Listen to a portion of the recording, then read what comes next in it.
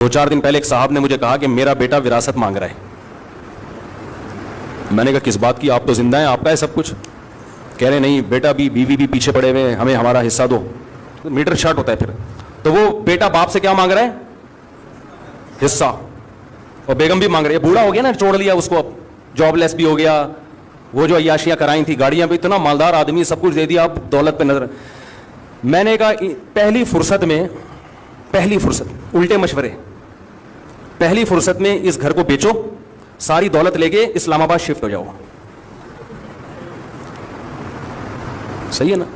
सारी दौलत लेके. कह रहे हैं यार वो बेटा, वो, मैंने कहा ऐसे नालायक बेटे का क्या करना है यार, जो बुढ़ापे में बाप को खुशी देने के बजाय, बेटा तो वो होता है जो कहे अब्बा ये भी आपका और मैं जो कमाऊंगा वो भी आपका. हमने ऐसे नेक औलादें भी देखी हैं, जब जॉब लगी है तो अब्बा के हाथ में लाके तनख्वाह पकड़ा दी है कि अब्बा ये आपकी वजह से, आपने पढ़ाया, आपने हम पे खर्च किया, ये छत आपने दी, मेरी मां को तहफ्फुज आपने दिया, जिसकी वजह से उसने इज्जत से मुझे पाला है, मुझे नहीं चाहिए पैसा. ये सब किसका है? आपका है.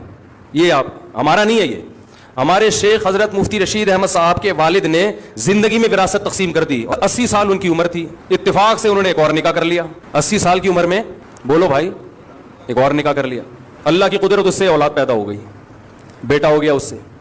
तो अब इनको ख्याल आया कि इस बेचारे का तो कुछ बचा ही नहीं है, तो सब तो मैं बांट चुका हूं.